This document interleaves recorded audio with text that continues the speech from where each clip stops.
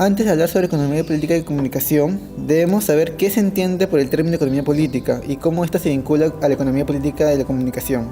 Vincent Moscou, en su artículo La economía política de la comunicación, señala que hay dos definiciones generales que logran abarcar un acercamiento específico a esta disciplina.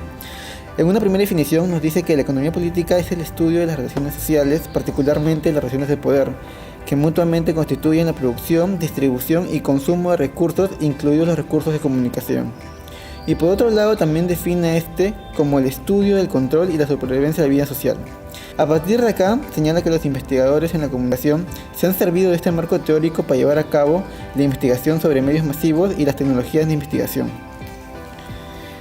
La economía política de comunicación se comienza a desarrollar a partir de los años 60, en una forma de reflexión sobre el desequilibrio de los flujos de información y de productos culturales entre países considerados como desarrollados de los que no lo eran. Es en 1975 que se comienza a internacionalizar el mercado y se da paso a una reflexión distinta, en donde se habla de industrias culturales, entendiéndose a estos como producción industrial de los bienes culturales como movimiento global de producción de cultura como mercancía. Concepto dado en los años 40 por Adorno y Horkheimer. Esto provocó un creciente proceso de valoración, convirtiendo las actividades culturales en mercancía. ¿En qué momento empezamos a hablar de la integración mundial o globalización? Los mercados de Estados Unidos, Japón y algunas naciones de Europa se habían establecido de manera positiva en sus propios territorios. La ambición de más dinero impulsa a estas naciones a la búsqueda de nuevos mercados, empezando así un nuevo colonialismo, una expansión exterior. Fue el imperialismo el que dio origen al sistema capitalista mundial, que se constituye en dos bloques, un centro o capital, de donde sale y se maneja periferia, que vende materias primas y fuerzas productivas. Una de las condiciones para hablar de desarrollo es el carácter revolucionario del capitalismo, el cual cambia, se adapta a las situaciones o contexto social. Este perdura el trastornar continuamente las fuerzas productivas. Este régimen, así como funciona para aumentar los factores del cual depende el desarrollo, al iniciar también coloca consigo un punto para su propio derrocamiento, el cual se llevará a cabo de nuevo por la constante revolución. Cada sociedad pasa obligatoriamente por estadios, condicionados al contexto mundial, como el desarrollo de nuevas tecnologías, posturas en cuanto al enfrentamiento de bloques derecha-izquierda, desastres naturales, enfermedades, guerras, etc. Así la historia responde a un modelo sucesivo. Esta visión no se cumple en todo el mundo. Según estudiosos, economistas e historiadores, sostienen que, como es apreciado, no todas las naciones alcanzan el mismo grado de desarrollo, y más bien, en muchos, se habla de subdesarrollo. Economía mundo es el término usado para hablar de las naciones son componentes, según una triple realidad: espacio geográfico, existencia de un pueblo, centro del mundo y zonas intermedias, estas últimas subordinadas a las necesidades del centro. El mapa de redes cuya comunicación constituyen una parte esencial manifiesta esta configuración centrípeta del mundo, con sus jerarquizaciones y la coexistencia de medios de producción diferentes. Lazarsfeld reconoce que la economía política de las comunicaciones se aleja de los esquemas este-oeste, es decir, de la historia del capitalismo moderno y la sociología norteamericana. Por su parte, este autor inaugura el nuevo campo de investigación, bautizando como comunicación internacional, e incita a los otros estudiosos de la comunicación a reforzar lazos con grupos e instituciones que son los actores de la esencia social. Hola compañeros, me llamo Kairi. Voy a hablar sobre el tema imperialismo cultural. Primero, ¿qué es imperialismo cultural? Imperialismo cultural es una política de extender la influencia de un país a través de la diplomacia o la fuerza de culturas, mercados y ideología. En el imperialismo cultural hay muchas relaciones internacionales alrededor del mundo. Es muy importante para cada país, cada persona, al tener una mente abierta sobre el tema relaciones internacionales. Si no hay un entendimiento bueno, entonces hay muchos conflictos y frustraciones ocurrirían entre las personas y las relaciones entre los países. Una de las revistas especializadas más preciosas en los Estados Unidos se llama Revista o el Diario de Comunicación. Esta revista habló sobre los grandes desequilibrios mundiales en la materia de comunicación. Muestra la presión, la fuerza o corrupción de instituciones sociales. ¿Vivimos en un sistema corrupto? Por otro lado, los personajes que tuvieron un gran impacto en los medios de comunicación fundamentales son Jeremy Tunstall, J.O. Boyd Barrett y Michael Palmer. Esta sección habla sobre los flujos internacionales en Europa, específicamente Finlandia.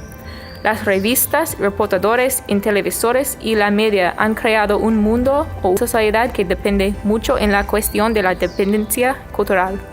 Este es muy interesante. En años pasados y ahora confiamos tanto en este libre flujo de información.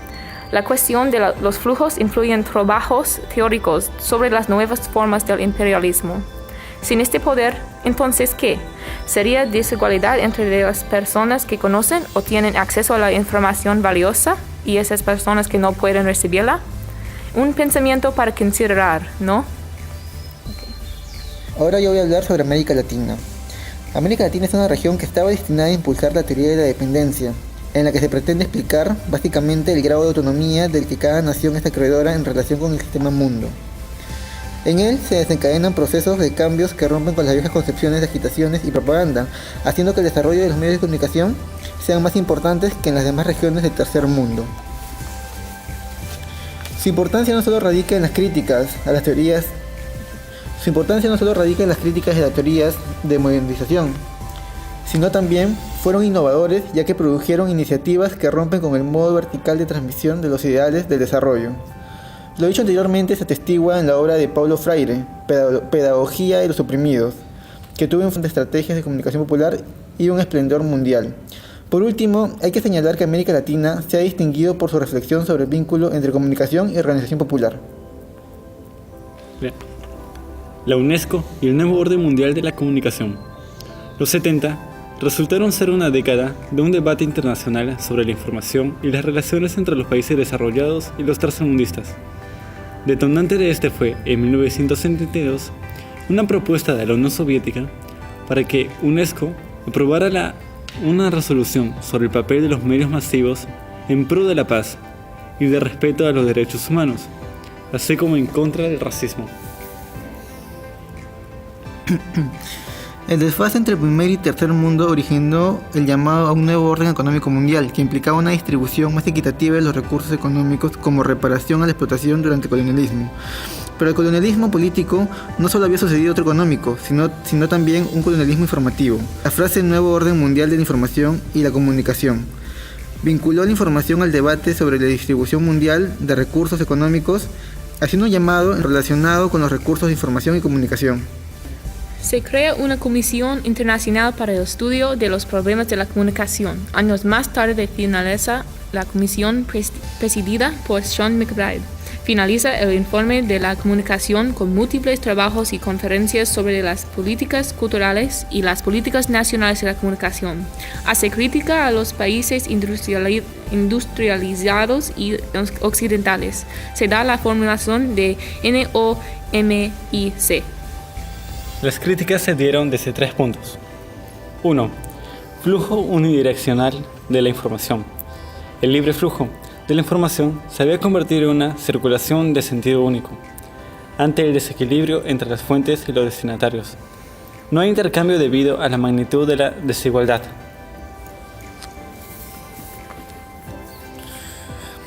Contenido de la información. Las agencias de noticias más preocupadas con los asuntos del primer mundo ponían énfasis en las notas sensacionalistas o de desastre, más que en las noticias de desarrollo. 3.